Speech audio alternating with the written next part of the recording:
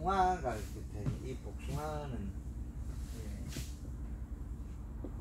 복숭아하고 자주 요 두 놈을 보면 얘를 갖다가 키우려면 이게 이제 여기 있는 잎을 키워야 되는데 요 잎을 키우기 전에 요 피부에 영향을 먹여요. 요 피부에 영향을 먹이면 이게 성체가 이렇게 돼 있는 요 속에 들어있는 그 양이 그 관을 통해서 이동하는 양이거든요. 여기에서 나와야 돼요. 근데 이게 그 우리는 잎이 나와서 강압성을 한다. 그거보다 이전을 봐야 돼요. 그러면 피부 여기 피부에서 광합성을 봐야 돼요. 피부 광합성을 보면 이게 봄 되면 그 우리가 말로 꿀이 오른다. 그 여기 함수량으로 그러면 이 함수량은 외부에서 비라든지 이슬을 흡수해서 늘리고 그 다음에 지하부에서 온 그 이동한 양, 이 양을 얘를 부풀려요. 에너지원은 어디 있냐면 이 안에 있다는 거죠. 그런데 에너지원을 이 영양소를 늘리면 되는 거죠. 우리가 여기에다가 이 피부에 목매시비가 들어가는 거예요. 자, 이 목매시비 에너지원을 만들려면 어디 전 단계로 가야 돼요. 그러면 이게 가을이 나오겠죠. 가을에 단풍을 들여야 된다. 이 단풍은 어디서 나오느냐? 봄, 여름, 가을이 세 계절이 나와요. 겨울. 이 사계절이 나오면 이 사계절 속에서 단풍이 들어있다는 거예요. 가을 속에. 단풍이 들어있다는 건 여름이 나와야 되고 봄이 나와야 돼요. 그럼 얘가 겨울이 지금의 맞이한 봄의 피부의 그 조건이에요.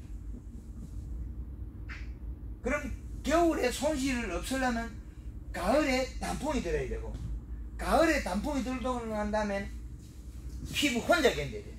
그럼 피부 혼자 견디면 이 겨울에 피부 혼자 견디게 우리 도와준다면 이 단풍을 이렇게 만들고 난 다음에 도와주는 건 이 피부에 우리가 그 유막으로 해서 코팅을 해요.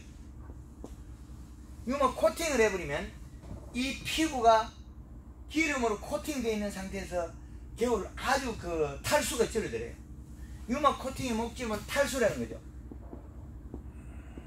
이 탈수를 막아버리면 그 우리 저 당과 묘목이 밖에 있는 게 보면 햇빛에 이 시들어가 말라 죽다가 또 비만 오면 또 숨이 나고 또 숨이 나요. 왜 그러냐면 이 피부를 정말 좋게 만들어내면 우리가 여름에 있는 그 잎을 뜯어버리면 뿌리에서 새순이 자꾸 잘 나와요.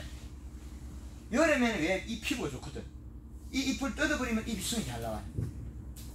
왜 잘 나오냐면 조건은 이 피부가 깨끗하다는 거예요. 왜? 아래 위 왕래를 잘하고 있으니까. 이동작용을 잘하고 있으니까 서로. 이동작용을 잘하게 하려면 겨울에 탈수를 막아야 돼요. 탈수보다 더 심한 거는 동해가 일어나요. 동해 중에 동파가 있고 동해가 있어요. 파괴된 건 깨진 거고 동해 전체를 틀은 거는 탈수가 더 심하다는 거예요. 탈수를 막아버리면 봄에 잎나는 구조가 달라요. 이게 뒤틀리거나 이래 나오는 것들 거의 보면 줄이 꺼이거나 뒤틀리 나오는 것 사과가 그 뭐야 동농이를 쌓고 뭐 잎에 이상한 이런 옆구리에 줄 꺼이는 거 줄 꺼이는 거 단감에 줄 꺼이는 거 사과 그 복숭아가 기행으로 나오는 거 자두가 옆구리 흰 줄 나오는 거 그 결국엔 겨울에 탈수로 봐야 돼. 탈수가 없는 거는 봄에 꽃을 피우거나 여름에 피울 때 깨끗해요. 다르다는 거죠.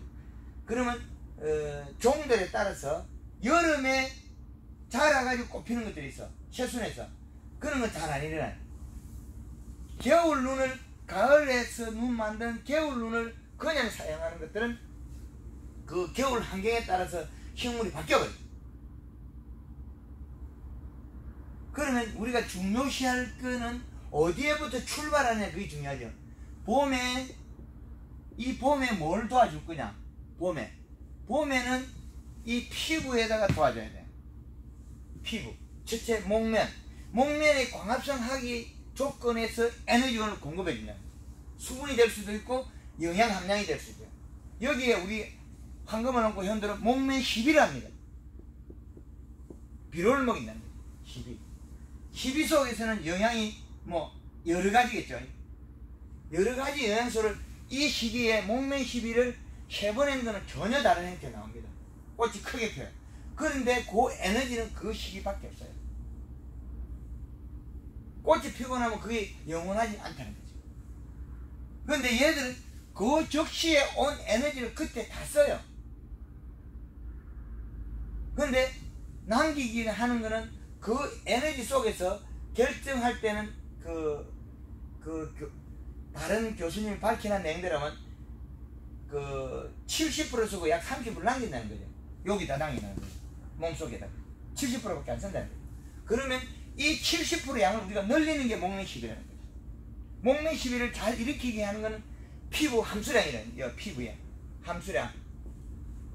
이 함수량을 넓혀버리면 이 행동은 바뀌어버려요. 그럼 목매 10일은 복숭아나 자두의 꽃을 피우는데 상당히 영향을 미친다. 이 꽃을 크게 피우는데. 그럼 꽃만 크게 피우면 그것도 아니에요. 여기에다가 탄수화물을 공급하면 꽃에 꿀이 늘어나요. 꿀이 늘어나가 벌이 엄청난 양으로 와요. 영양과 합해서 목매 12와 합해서 영양이 합해지면 꿀이 늘어나는 거죠. 꽃도 크게 피우고 꿀이 늘어나요. 그러면 이제 꽃이 피고 난 다음에 이 새순이 다르겠죠. 그러면 이 잎을 자세히 보면 어깨 넓이가 작아요. 과총력도 적고, 그럼 이 나무는 전년도에 체내 저장 양분이 부족하다는 거죠. 체내 저장 양분이. 그럼 잎이 커야 되는데 적다는 거죠. 지금 현재 이게 싱싱하다 소리는 에너지원을 가지고 있다는 거예요. 연매식을 그 전에 해가지고 충분한 양을 가지고 있다는 거예요.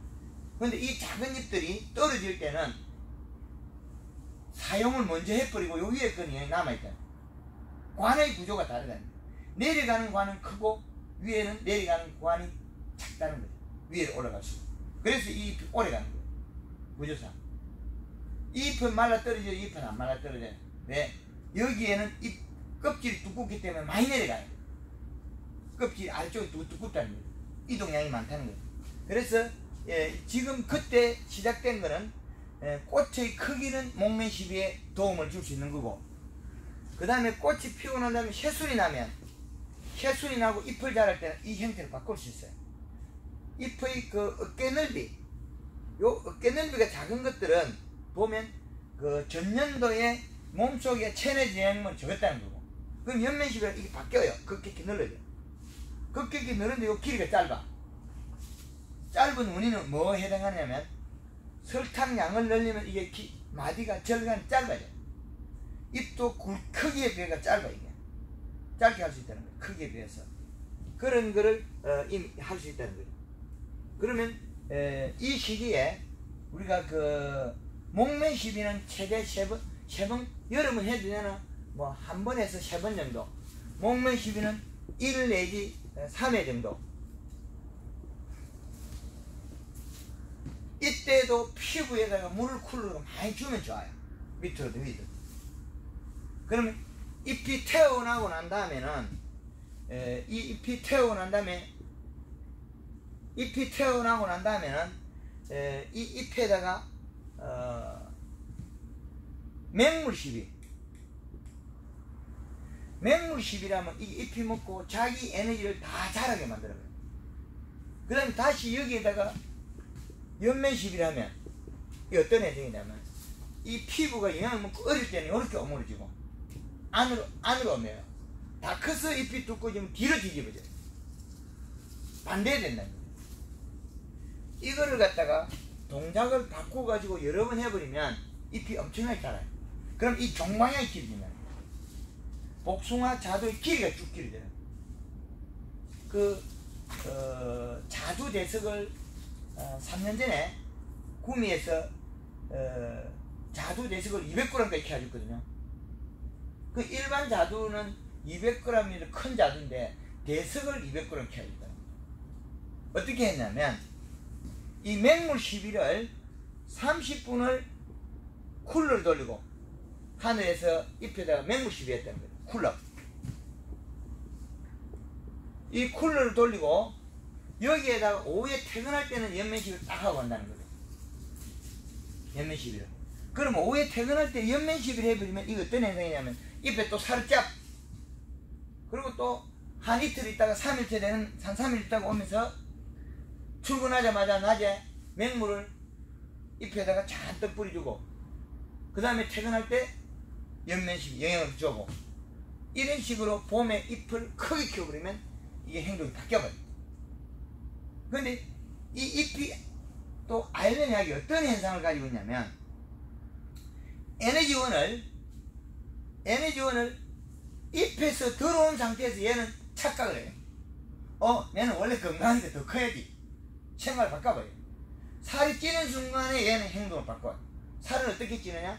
어린 잎들은 봄에는 이 연맥이 두꺼워져요. 힘줄이 두꺼워지면 안으로 오며요. 입이 크게 될 놈들은 다 고사리고 뭐가 전부 다 주먹을 쥐고 오물이 있어요. 안으로 오민다는 거예요. 크게 될 놈. 그럼 그 말의 뜻은 뒤에 힘줄이 굵어졌다. 영향을 많이 먹다는 표시는. 그 힘줄은 안에 있는 잎에 있는 영양소와 힘줄이 굵기는 더 자란다는 표시. 그러면 요게 이렇게 오물이 딱 폈다. 오물이 딱 몇 번을 할 수 있다는 거죠. 그러면 동작의 횟수에 따라서 잎의 크기는 바뀌어요. 인위적으로 바꾼 거죠. 그건. 그런데 잎의 크기를 결정할 때도 역시 마찬가지로 이 상태에서 이동을 합니다. 이 뿌리 쪽으로. 그 뿌리 쪽으로 이동하면 여기에서 내려갈 때 이 겨울에 이 피부가 탈순해서 복원을 해버려요. 이게 살리면 내려가요. 지금 이 피부를 잎에서 영양을 공급한 에너지가 내려가면서 이걸 복원을 해요. 그러면 복원하고 뿌리가 좋은 영양소를 먹었으니까 다시 올라오면서 목질부 속에서 에너지가 이동하면서 자기의 성체를 키우기 위해서 여기서 좋은 세포를 발생시켜서 영양소를 발생시켜서 요 피부를 또 도와줘요. 내려가면서 뚫고 내려가고 다시 올라오면서 복원시키고 그 다른 동작으로 이 나무를 겨울에 동해를 나무를 복원시켜버리고 잎은 키우고. 이게 지금 우리나라의 책자들이 보면 복숭아나 이런 거의 대다수 책자들이 우리나라의 아래의 그 국토가 면적이 적다 보니까 동일하다는 거죠. 그러면 강원도에 얼어 죽는 걸 보완해야 될 게 체내적 약물보다 더 중요한 동해에 대한 그걸 그걸 많이 써야 되는데 그게 없는 거예요. 그럼 강원도에 복숭아 심어가 한 3년 되면 얼어 죽기 시작해요. 그러면 7, 8년 되면 요마트하면 딸만 하면 니리끼리 가요. 중부 이북 쪽은 다 간다는 거죠. 그런데 복숭 자두만 있냐면 비단 견종에 대해서 분류가 확실히 안 돼 있다는 명확하게. 그러면 책이 다 우리나라의 기온차는 남부하고 중부지방이 편차가 엄청 심한데 그게 똑같다는 거죠. 이 책에 의해서 우리가 교육을 습득하다 보니까 부족한 부분이 많이 생겼죠. 그 양에 우리가 잎에서 자랄 수 있는 공간이 있다는 걸 정확히만 습득하면 과실의 행동을 봄에 이끌어낼 수 있다는 거죠. 경기도 이천에서 연면시비 한 번 하고 복숭아 땅이 안 떨어져요. 강원도 주천에서 얼어 죽어가 노랗게 난 순을 갖다가 연면시비 4번에 완전히 피부를 복원시키가 나무가 정상이 돼버려요. 옆집에 누렇게 죽은 상태인데 그분도 3년 재배하면서 나무가 죽어가는 게 이제 도저히 자기 능력은 안 될 것 같으니까 이제 포기하려고 그러는데 올해 다 살려줬어요. 충북 음성에 죽어가던 나무 다 살려주고 복숭아 복원됐네. 다. 이거는 왜 복원되냐면 이 잎의 역할이 그만이 중요하다는 거예요. 근데 잎에서 내려간 에너지원은 뿌리를 활성화시키고 뿌리는 그 에너지원을 영양소를 통해서 신초가 많이 신뿌리가 발생하면서 올라오면서 목질부로 안으로 올라오면서 자기가 좋은 영양소원을 안으로 세포를 발생시키죠. 왜 발생시키냐면 내려오는 관을 좋게 만들기 위해서. 수분은 아래쪽 에너지를 가져온다는 거예요. 내려갈 때는 위에서 가져오는 에너지원이 다르다는 거예요. 이 영양소가. 이 영양소가 각자 제각각이 다르기 때문에 이 에너지는 각자 달라요. 내려오는 에너지는 올라오는 에너지가 올라오면서 이 피부를 복원시키나요.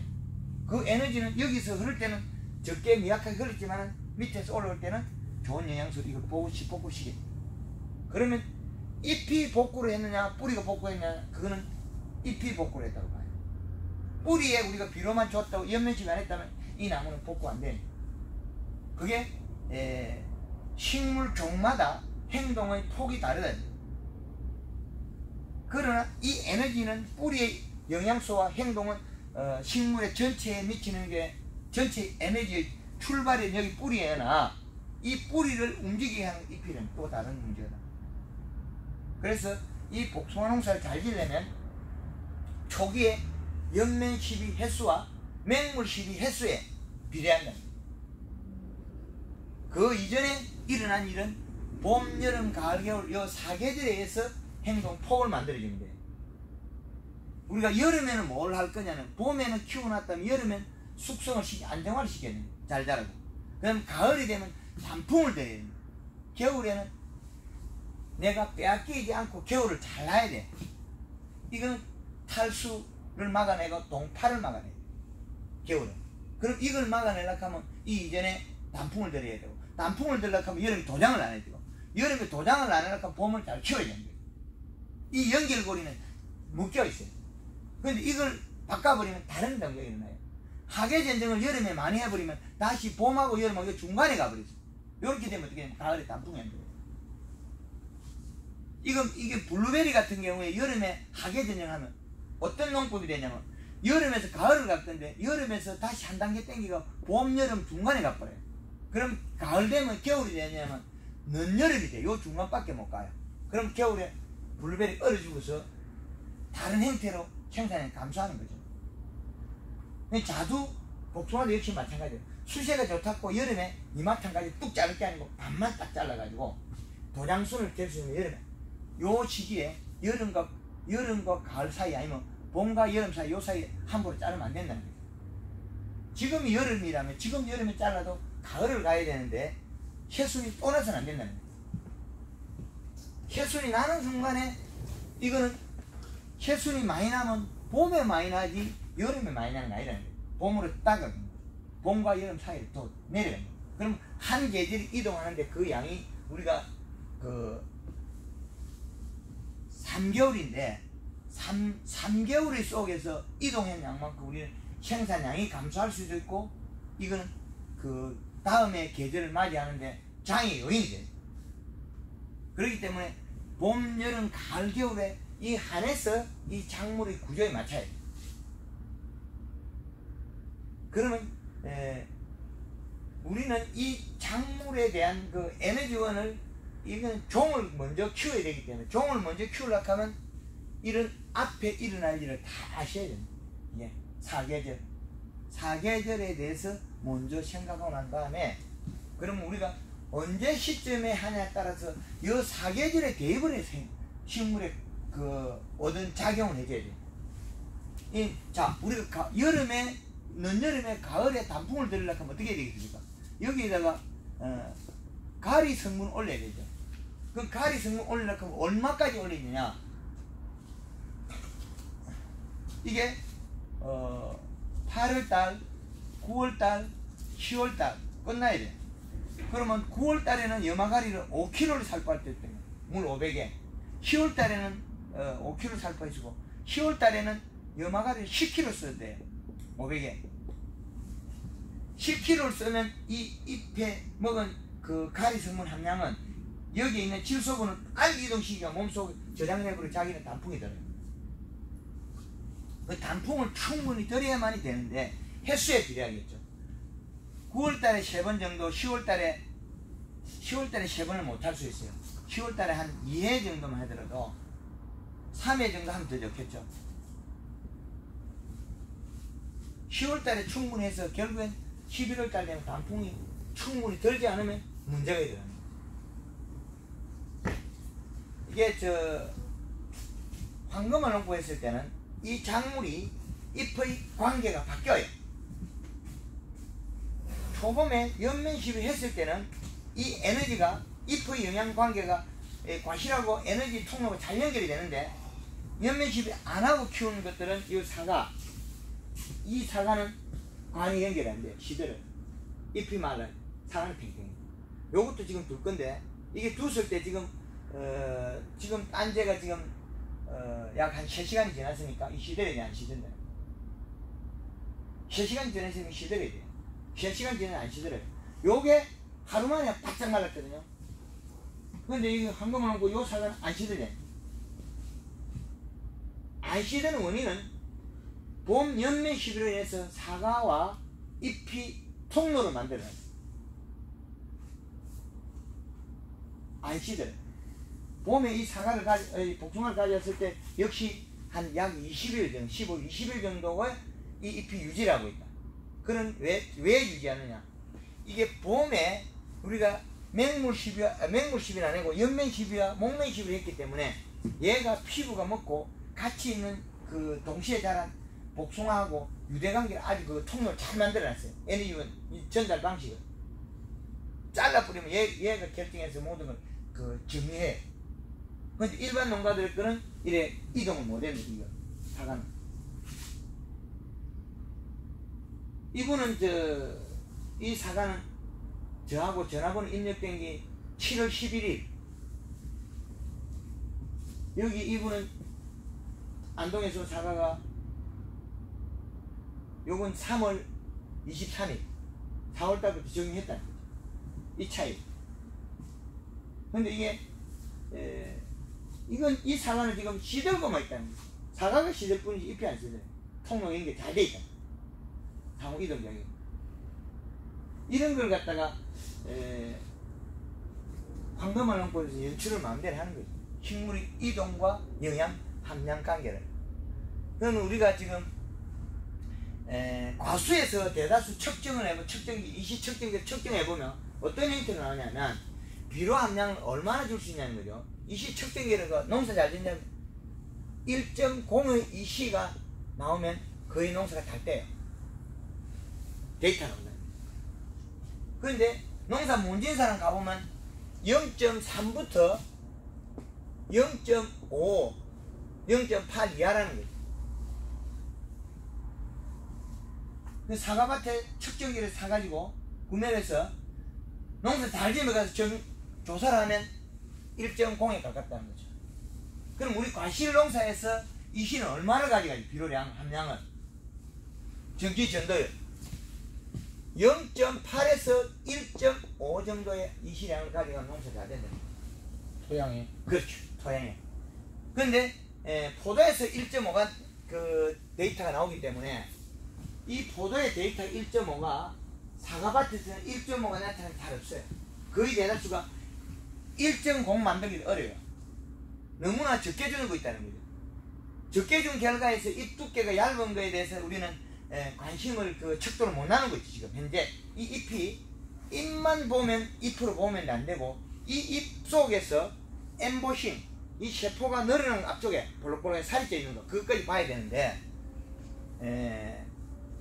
지금 봄을 지나서 자기 잎이 형성이 다 자란 상태에서 잎을 살을 쪄우면 볼이 늘어나기도 하고 잎이 살이 찌우면 뒤로 뒤집어져요. 앞면이 살이 찐다는 거죠. 앞면이 살이 찌고 잎 자루가 긴 거는 돌아가기도 해요. 영양을 더 축적을 못하면 회전을 한다는 거예요. 사과 같은 건 잎 자루 길기 때문에 회전을 해요. 잎이 돈다는 거죠. 복숭아는 뭐 잎 자루가 짧아서 돌고 갈 것까지는 없는 건데 잎이 꼬이기도 해요. 이렇게. 왜 꼬이느냐? 잎 속에다 영양이 너무 많이 축적되면 이게 뒤틀려요. 단감 같은 건 잎이 솟아오르면서 잎이 뒤로 뒤집어져요. 요래도 있던 게 요래 다시 뒤집어져요. 뒤로. 봄에는 요렇게 돼 좋으나 가을에 이렇게 뒤집어지게 다시 뒤집어요. 자기가. 그건 잎 두께를 언제 넓히냐 그 차이겠죠. 그러면 우리는 수확기에 대비한 가리 함량도 그 상당히 중요하고 질소 함량도 중요합니다. 질소 함량을 언제 넓힐 거냐면 그 봄에 4월 초순. 복숭아 자두는 숫기에 따라서 이게 그 사용 방법이 전혀 달라요. 가을에만 있는 단감이나 그 만생종 사과에 하는 것 같으면 그 사용 가리 함량, 써닝이나 기비 함량이 그 좀 유동적으로 많이 할 공간이 남아 있는데 조생종 자두나 복숭아에는 이 공간 활용 폭이 좁아요. 워낙 빠르기 때문에. 생식 기능을 성장 속에 바로 집어야 돼. 그러면 질소 함량보다 가리 함량을 더 늘려야 될 때 있다는 거지. 이건 아주 알레니한 일이거든요. 질소 함량보다 가리 더 함량을 늘리고 2%는 질소 함량을 늘려야 돼. 뿌리에서 질소 함량을 늘려버리면 이게 안 익어버리니까 그걸 회전시키려면 가리 함량을 늘려야 되는데 그 시기가 텀이 아주 적다는 거죠.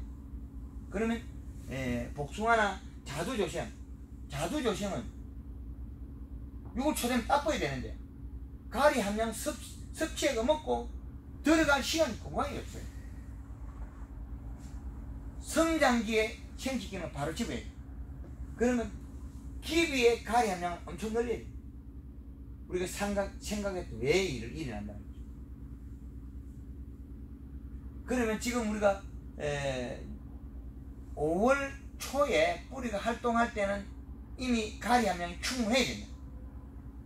그럼 또 질소 함량이 또 충분해야 되거든요. 그 이 비중이 문제라는 거죠. 양이 경합되는 양. 조기 수확을 위해서는 질소 함량보다 가리 함량이 더 늘려야 돼요. 그 부족분은 잎으로 영양을 공급해야 돼요.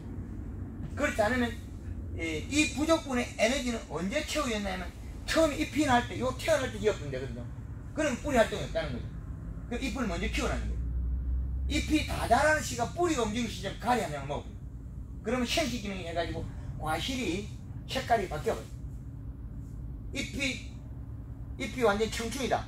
완전히 푸르다. 그랬을 때 이 행동이 푹 달라요. 이 잎이 두꺼운데 연두빛으로 두꺼워요. 연황색. 이게 진녹색으로 두꺼우면 생식 기능이 잘해요. 잎은 좋으나 과실이 적다. 크게 적다는 거예요. 근데 크기도 크고 색깔도 좋게 하려면 그 이전 단계로 가요. 앞에. 강한 성장기에 생식을 집어야 돼요. 그러면 이게 우리 그 과일이 자라는 폭이 이렇게 넓게 되어 있는 이 복숭아 자두와 이 폭이 이건 좁다고 봐야 되죠. 가을에 우리가 만생절 사과나 단감일 때는 이 폭이 또 달라져요.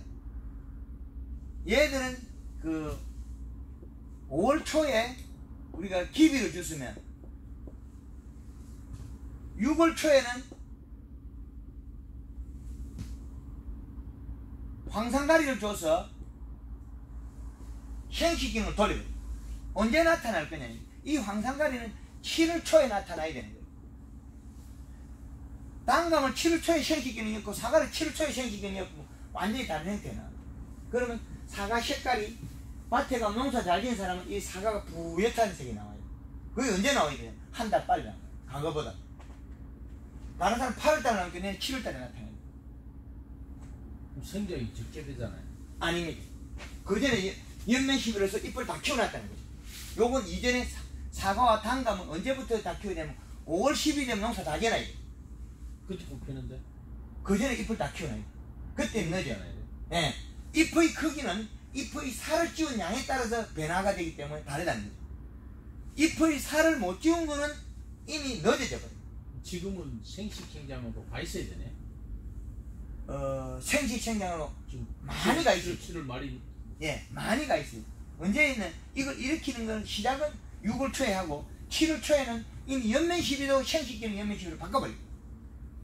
그럼 지금 기법은 어디에서 어디까지 가 있냐면 4월 달부터 우리가 출발한 이 4월 초에 연면 시비가 생식과 성장 동시에 시기 2대1의 관계고 성장이 1 2대1의 관계 성장과 생식을 동시에 시기. 왜 이렇게 해야 되냐면 과거에는 이 가지가 다 자라고 하는데 꽃눈을 만들고 아래로 내리는데 이제는 그것도 늦어요. 쏙가지가 꽂는 분야 안에 속에 있는 가지는 일조량이 작기 때문에 꽂는 분야를 못한다는 거죠. 그러면 언제 해야 되냐? 요거는 5월달 지가 잎이 다 자라고 성지했으면 꽂는 걸 바로 시킵니다. 그러려면 생기가 성장을 처음부터 해버려요. 그러면 6월 초 되면 쏙가지에서 잎이 다 컸다 싶으면 이미 꽂는 걸 다시 시켜놔요. 그 이후에 8월, 9월 달은 뭐합니까? 더 눈을 키울 뿐이죠. 몸속에 에너지 전달하고. 그건 이미 늦어요. 이미 과일 따는데 색깔을 내고 더 시간을 활용해야 되는데 그때 그 일을 하고 있으면 이뭐 꽃눈에서 만들어 넣었다는 거죠. 그때 했다가는 농사 꼴찌돼. 과거보다 한 달을 땡겨가요. 시장 경쟁률에 우리가 과일의 색깔에 대해서 품질이 평가되기 때문에 그것마저도 이제 시간 놓칠 수 있다는 거예요. 언제 출발해? 4월달 출발. 잎을 키우면서 형식을 바르게 형식과 성장을 두 개를 합니다. 그런데 뿌리에서는 형식균이 안 와요. 뿌리에서 형식균이 이 문제가 이렇게 언제 약간 늦춰놨다. 뿌리에서 오는 걸 약간 늦춰놨고 잎으로 시켜버려요. 그럼 요 잎이 다 자란과 동시에 사과나 당근 같은 경우는 밑에서 다 자란 잎은 이미 형식균을 집어서 꽃눈을 만들어버려요. 위에 그 자라고 있고. 동작을 두 개를 한 번에 일으켜요. 과거의 방식하고 지금의 새 방식은 농법에 어느 농법에 다 바뀌어요. 그렇게 하면 좋은 거는 가을에 품질이 색깔이나 당도가 더 높은 그리고 수량도 더 많이 되기 위한 예. 그 세 가지를 다 잡을 수 있다. 그렇죠. 그리고 결과모지가 우리가 꽃눈을 바깥부터 만들다 보면 안에 있는 쏙가지들은 꽃눈보다 못 만드는 장점을 여기서 만들어내는 거죠. 미리 짧은 가지를 꽃눈보다 봄에 바로 만들어버려요. 우리가 7월달에 만들어지면 쏙가지는 꽃눈보다 못합니다. 그러면 그 이전에 땡기가 해버립니다. 그러면 그 이전에 꽃눈보다를 만들고 가지는 굳게 만들어서 체내 제형을 늘려야 됩니다. 이미 7, 8월 때는 가지를 굳게 만들어야 돼요. 그때 이전에 꽃눈을 만들어 놓고 그 동작을 두 단계는 땡겨야 되는데 그 땡기자면 우리가 이시량이 필요하다는 거예요. 토양 이시량, 비료량. 근데 토양 비료량을 나눠놓고 보면 토양 비료량을 우리가 끌어올리기 가수해서 정말 어렵다는 거죠. 측정을 해서. 그러면 뭘로 저 비료를 주지 않고 만든 게 이 사과입니다. 이 사과는 전년도에 없습니다. 토양의 이시량이. 토양에 비료량이 없는 걸 갖다가 비료량이 마치 있는 것처럼 바꿔버린 거죠. 근면식의 그렇죠. 잎의 두께, 잎의 크기를 바꿔버린 거죠. 근데 그 뒤에 뿌리가 형성될 때 이실이 올리면 되니까. 그리고 또 불형화돼가 우리가 불형화되지 않고 표면에 남아있는 퇴비들이 너무나 많아요. 비료하고 좋은 것들이 많은데 왜 못 먹느냐면 초기 잎이 안 두꺼워져서 뿌리 발생 안 하는 나무들이 너무나 많아요. 그래 올해 이 나무가 잘 자랐다고 해서 내년에 뿌리가 많을 거라고 보장을 잘 못해요. 원인은 겨울에 복뱅이 탈수해야 되니까 동해 탈수가 있다. 이 피부가 상해버리면 이동량이 들어서 뿌리 발생을 안 해버린다. 그 전년도에 과실이 많이 열려도 또 똑같은 현상이다. 과실이 많이 열려버리면 잎이 얇아져서 뿌리가 발생 안 해요. 이 두 개는 잎은 뿌리에 에너지 전달해야 되나 이 과실이 달리가 중간에서 먹어버리면 잎이 적게 먹으면 잎이 일을 안 한다. 그럼 상대적으로 잎에 꾸준하게 살을 짜주면 뿌리는 영양 공급을 계속 받을 수 있다. 그리고 영양 공급만 받는 게 아니고 이게 시들지 않는다면 직접 영양 공급 받는다는 거예요. 자, 이게 지금 5일 동안에 안 시들었다면 살아있다면 이거는 직접 영향을 받는다는 거예요. 전혀 다른 이야기예요. 잎에서 영양 공급을 정확하게 받고 있다는 거예요. 지금 잎이 안 시드는 거는 사과의 에너지가 전달되는 거고 사과가 따버리면 얘는 말라 죽어요. 이 가지는 사과를 따버렸거든요. 이 사과를 따버리니까 금방 말라 죽어요. 사과를 따고 나니까 하루만에 말라 죽어요. 이 사과는 여기서 따니까 땡땡해. 그런데 요거 붙어있는 사과는 사과가 물러지는 거야. 물컹물컹해. 에너지가 계속 자기 생명체를 유지하기 위해서 전체 에너지 전달하고 있죠. 근데 황금을 놓고 아닌 거는 전달 안 하죠. 똑같은 사과는 사과 아니죠. 근데 지금 여기 잘라난 그 몇 시간 된 복숭아가 안 시들지 않습니까? 그죠? 안 시드는 원인이 뭐겠냐면 이거는 봄 초기에 에너지가 바뀌어버려요. 전달 방식에 따라서. 이 복숭아는 광엽이 되고 잎이 커서 금방 시들겠죠. 근데 두 개 달린 얘가 더 오래 가겠죠. 복숭아가 두 개 있으니까. 한 개 있는 얘도 지금 안 시드는데 두 개 있는 게 더 오래 갈 거예요. 이게 층도 복숭아인데 우리 황금을 보였기 때문에 이게 견딜 거예요. 전혀 다른 이야기 일어나는 거죠.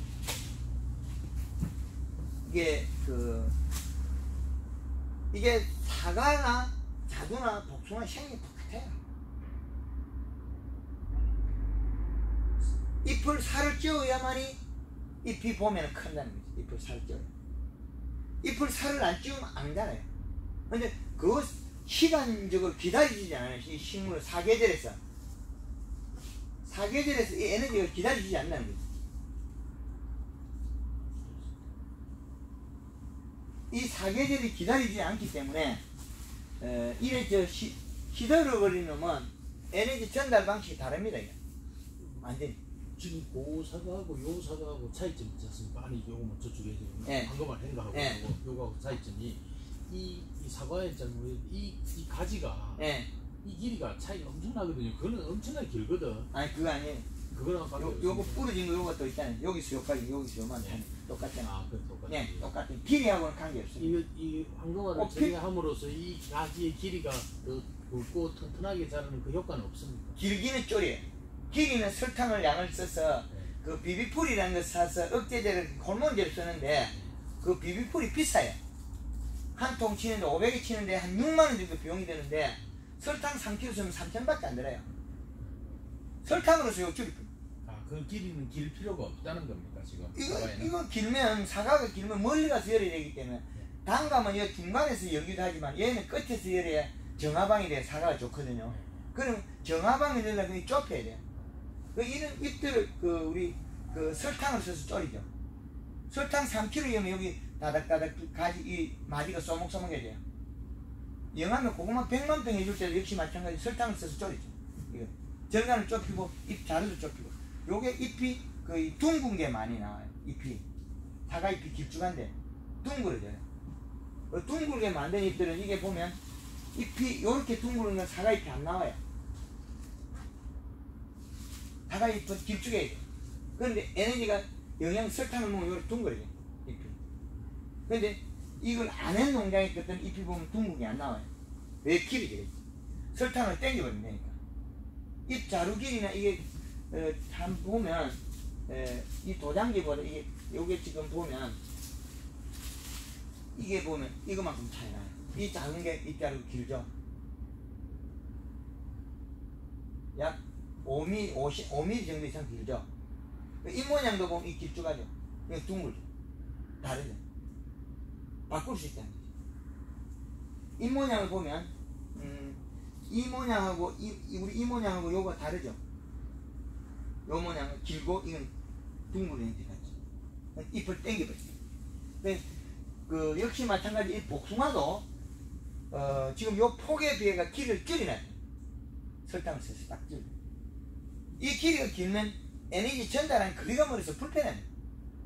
줄이고 불편하니까 이것도 줄이고 이게 줄면 어떤 현상이냐면 형식 기능이 빨리 따가. 요걸 줄일 정도 에너지가 공급됐다면 영양소 공급됐다면 꽂는 분할을 만들 수 있는 충분한 에너지가 됩니다. 그것도 되고 그 이전에 가리 함량도 넓이가 형식 기능을 전환을 시켜버려요. 이런 일어나는 일들 다 바꿀 수 있죠. 그러면 사과, 자두, 복숭아 얘들도 형식과 성장을 보면 동시에 시켜요. 그러면 어떻게 하냐면 골드 그린 2회를 살포하고 골드 칼라를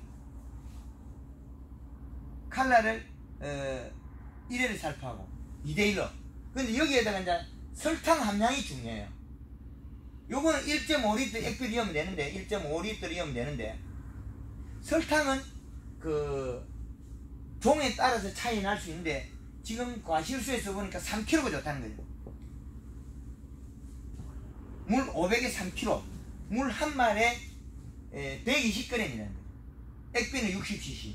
이거를 이 횟수는 넓히면 넓힐수록 그 성장이 폭이 늘어나요. 그럼 비가 오늘 오는데 오늘 연면식하고 비 오고 나는데 내일 또다시 연면식을. 비가 왜 뭔 역할을 했냐면 회전율을 늘려서 함수량을 늘리면 자라버리거든요. 에너지원이 있으면. 그 자라고 난 다음에 다시 영양을 또 공급시켜버립니다. 이걸 전에는 이 그린과 칼라를 형질과 성장을 구분지어 했는데 구분지을 필요가 없다는 거죠. 최초 개발할 때는 이 두 개를 구분지어야 되는 구분지었더만 문제가 이래. 성장을 시키니까 형식이 늦었다는 거예요. 숙기가 늦어지죠. 꽂는 거는 늦고. 그래서 지금은 이제 성장 두 번에 형식을 하나 집어였는데 이 변화도 또 어떻게 변할지 또 모르겠네요.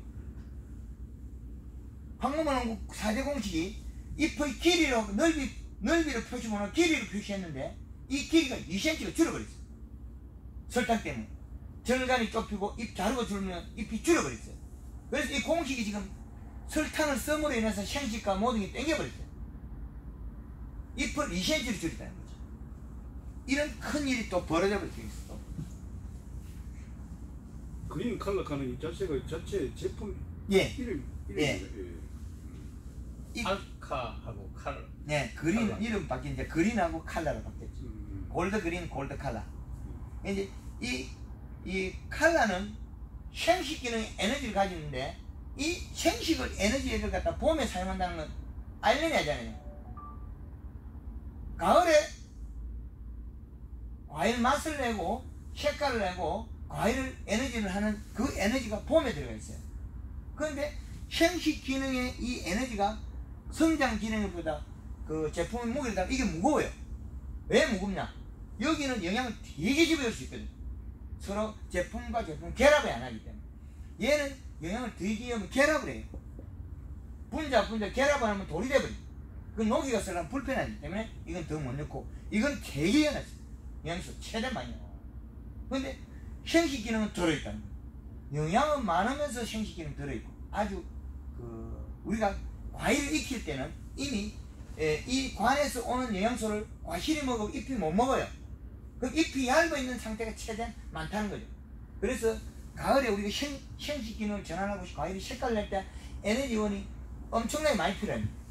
그때는 잎이 급격히 얇아지고 있다는 거예요. 그러면 성장보다 형식 기능의 에너지가 동원되는 시점에 잎을 더 두껍게 해줘요. 그럼 잎을 두껍게 해주면 잎이 뒤집어져서 에너지가 발생, 그 표가 나잖아요. 그럼 할 때 설탕을 약 한 3kg 그럼 1000리터에 6kg 정도 들어가면 양이 한 0.6% 정도 되는데 설탕 양이 많아서 생긴 곰팡이라든지 이런 건 아니에요. 노지에서는 안 생기는데 파프리카에서는 문제가 생겨요. 파프리카 쓰면 안 돼. 여기 요놈이 요렇게 딱 돼가지고 요 안에 물이 고여가지고 그러니까. 예, 파프리카 그 다음에 포도 봉지 사이즈에 쳐가지고 봉지 안에 들어가면 안 좋고 그 시설 안에서는 그 설탕 함량을 좀 줄여야 돼. 어쩔 수 없어요. 그 시설 안에라도 이제 곰팡이 안 피는 종. 근데 이제 그 고추라든지 오이라든지 애호박이나 얘들은 뭐 설탕이 1.5kg, 물 500엔, 물 20리터에 60g 정도는 문제가 없다는 거죠. 큰 문제가 발생 안 한다는 거죠. 그렇죠. 그런데 저온에 자라는 딸기는 또 문제가 일어날 수 있어요. 시설이 자체가 열악하든 딸기는 온도가 낮아지니까 잿빛이라는 이런 발생 요인에 일부 그 곰팡이 발생에 도움을 줄 수 있다는 거예요. 그런데 설탕의 곰팡이는 그 세포를 조직하는 침투를 하는 곰팡이하고 다르다.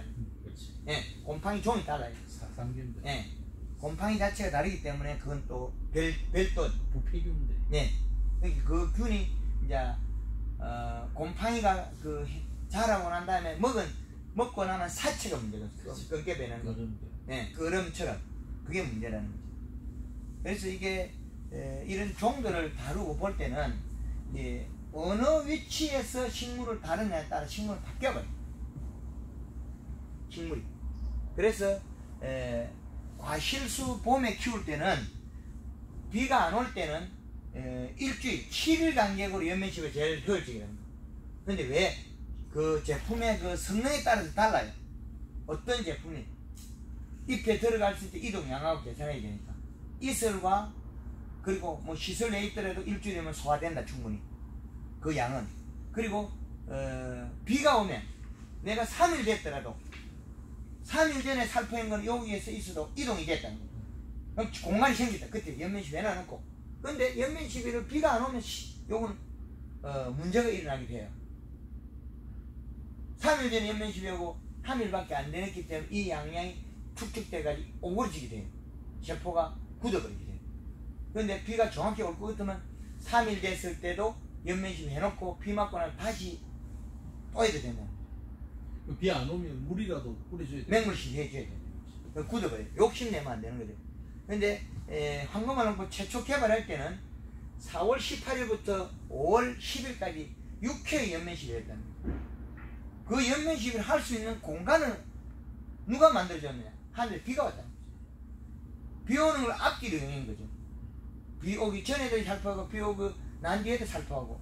그래 해서 황금알롱포를 완성시킬 때는 하늘에 비를 이용했어요.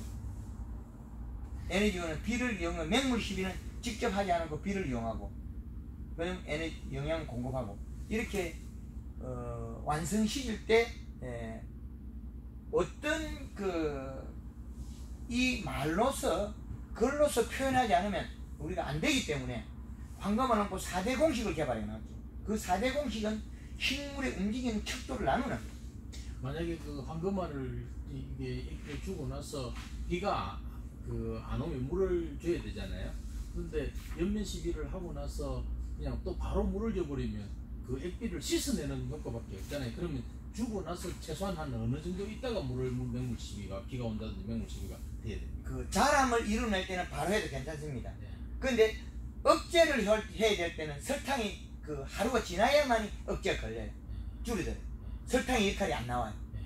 그래서 마늘에 적용했을 때 만 하루가 지난 거는 쿨러로 돌려서 키가 안 자라는데 바로 쿨러 돌리면 키가 자라요.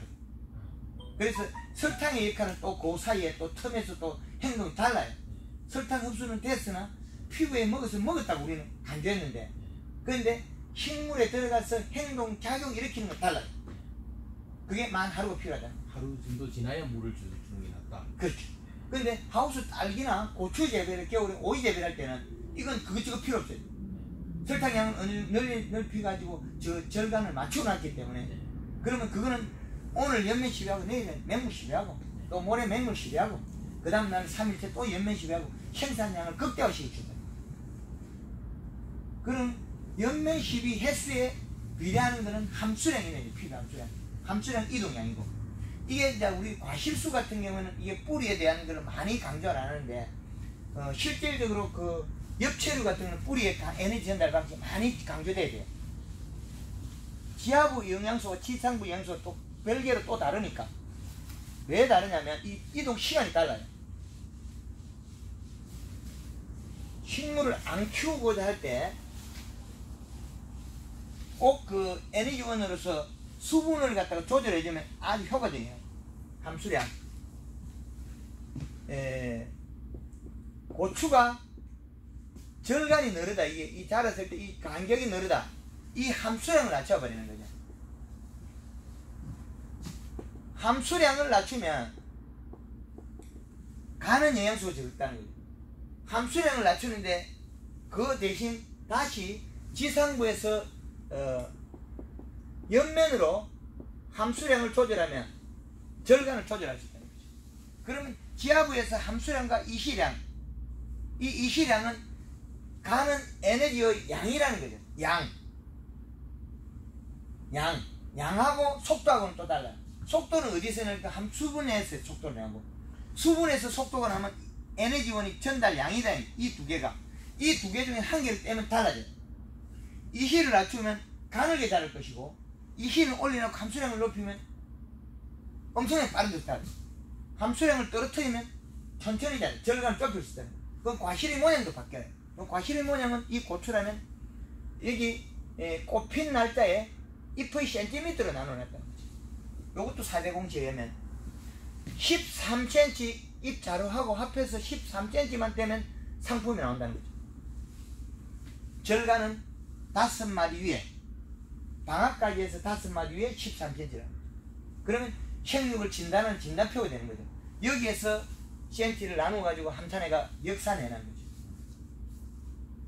그럼 지상부 함수량은 왜 필요하냐면 이동량이라는 거죠. 그런데 지상부의 함수량을 늘리면 이게 이동은 했으나 자라면 둔해요. 이거는 지하부에서 가야만이 자라는 양이기 때문에 다르다는 거죠. 지상부의 함수량과 지하부의 함수량은 결국엔 그 웃자람이 되게 되고 에너지원 전달 양이라는 거예요. 양. 전달량. 그 여기에서 고추 같은 걸 보면 여기에서 하나 달려가지고 요놈이 먹어버리고 그러면 복숭아도 여기가 똑같아요. 먹고 있는 거고. 얘들은 한 번 열려가지고 여기 계속 먹고 있고 얘들은 잎을 만들어 지속적으로 연속 착화될 뿐이에요. 그러나 이 고추가 달렸건 이 복숭아가 달렸건 여기에서 이 복숭아가 달렸건 동일하다는 겁니다. 왜 그러냐면 이 관의 속에서 보면 이게 열매가 달린 거는 목질부에 달려있다. 고추도 역시 안에 그 단단한 나뭇가지 같은데 거기 달려있다. 그럼 이 가지를 보면 이 열매까지에 이 간이 이렇게 돼 있어요. 그러면 에너지원이 그 뿌리에서만 먹는 걸로 돼 있잖아요. 그런데 이 사과가 안 시드는 거는 아일랜이야죠. 관의 구조를 보면 이게 아래쪽으로 연결되어 있어요. 똑같이. 그러면 얘가 이리 가가 여기 가서 또 회전을 해야 되는데 이 자체 내에서는 마디라는 게 있어요. 마디의 여기에서는 에너지원을 조절할 수 있는 기능을 가지고 있어요. 마디. 이 사과가 안 시들고 있고 이 복숭아가 안 시들고 있는 이 마디에서 조절 기능을 가지고 있고 이거 황금을 얹고 하는 건 조절 기능이 없어요. 여기에 마디가 안 좋다는 거죠. 마디 속에 써 있는 이 벽이 안 좋다는 거죠. 이게 여기에 벽이 좋으니까 여기 있는 복숭아나 사과의 영향 속 이리 가서 몸 전체를 움직이고 있어요. 어디로? 피부로 가고 있다는 거예요. 요거는 에너지가 요게 알로만 가는 위로 가는 관이 연결되어 있다. 왜? 여기서는 같이 마디가 좋기 때문에 내려가다가 이 마디에서 다 에너지원이 다시 전달되는 거죠. 그래서 저거 아까 내가 자세히 봤는데요. 예. 요 사과가 달린 위치하고 예. 요 사과가 달린 위치가 조금 다른 것 같더라고요. 동일합니다. 동일하죠. 예. 예. 그걸 갖다 나누기 어려워. 요것도 같은 거고 이 복숭아를 두고 보면 알 겁니다. 이게 지금 몇 시간이 지났는데 안 시들지 않습니다.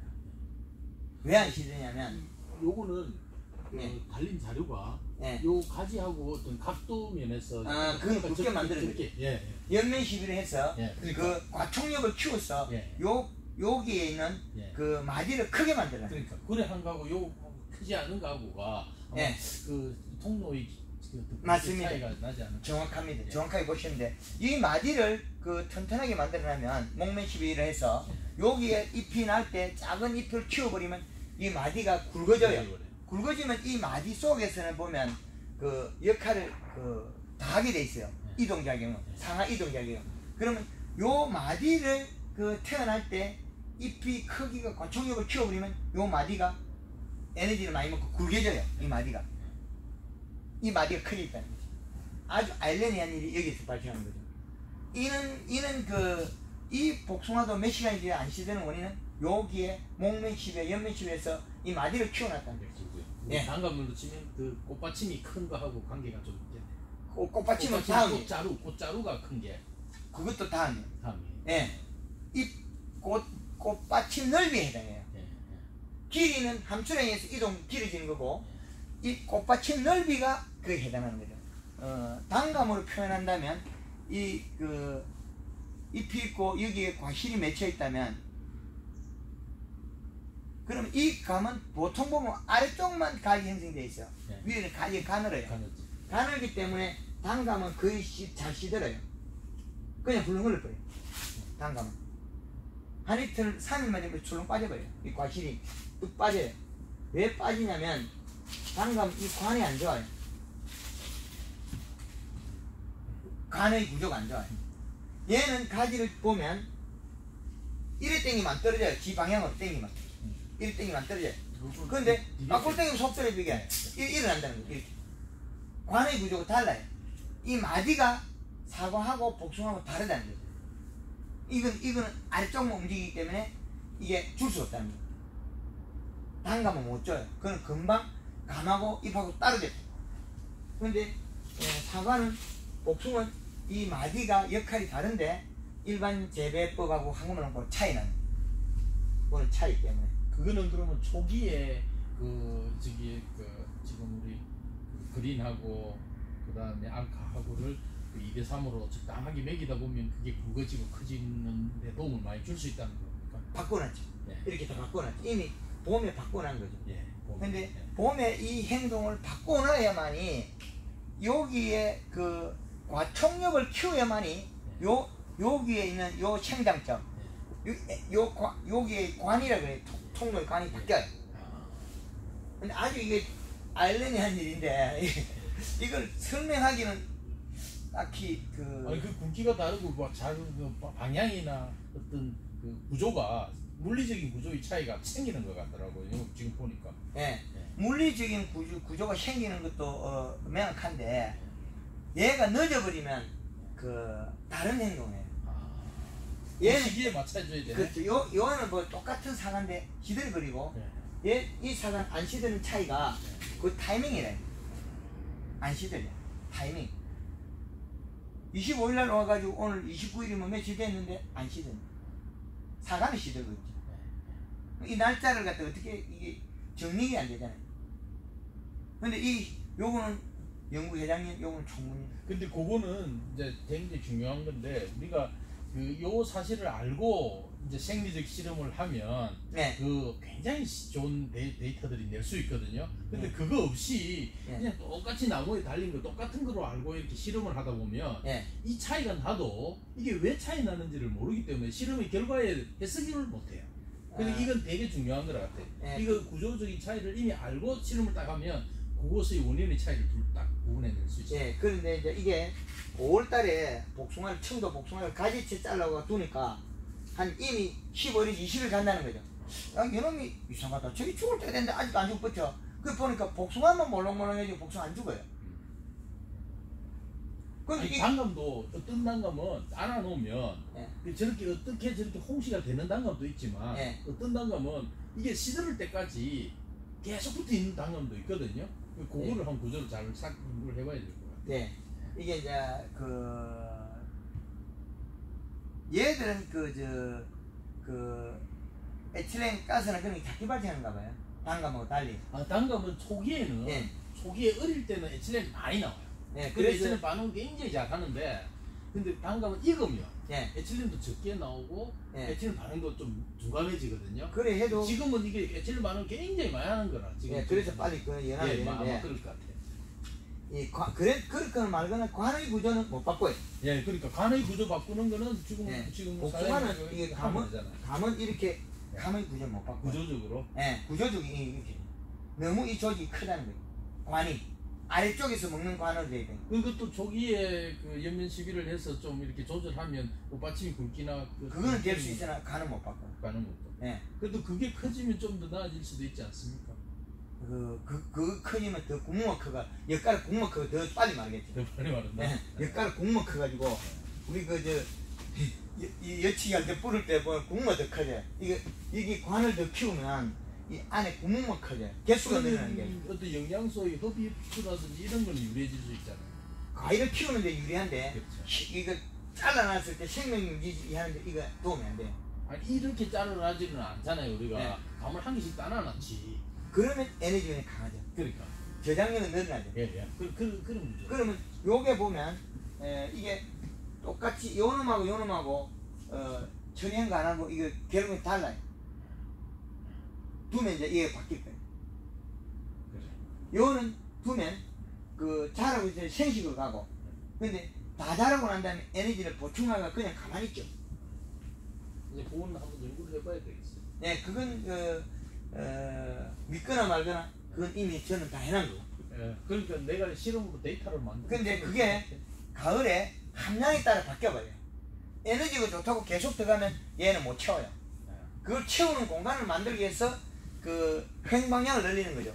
꽃 핀 시점에 꽃을 키우고 형을 만들어 놓고 그 다음에 과실을 키우면 이게 저장할 공간이 늘어난다는 거예요. 그래서 그래 쓰키고 그 행동 속에서 공간을 만들어 놓으면 안 될 거 아닙니까? 가을에도 채워야 되잖아. 그렇죠. 그거는 더 빨리 채우는 방법은 요 잎 두께를 보면서 찾아내죠. 잎이 피어져 있는 오물이 있느냐, 잎 속에서 엠보싱, 잎이 튀어나와 있느냐, 그거 따라서 더 바꾸고, 요걸 빨리 키우가 요 가지를 굳게 해놓은 상태에서 가을 비의 양에서 이게 빠져나간 양의 잎에서 잎에 있는 이동은 비라는 거죠. 이 비라는 에너지가 이동시키는 거죠. 그 이동시켰을 때 갔을 때 돌아오는 건 그 뿌리에서 이 실량을 맞추면 돼요. 비료량을 얼마나 맞출 거냐. 단감에도 이 실량이 나와야 되죠. 농사 잘 진 사람은 1.0, 농사 못 진 사람은 0.3에서 0.5. 그럼 토양 이 실량은 분명히 여기에서 생육에 미치는 영향은 존재한다. 네.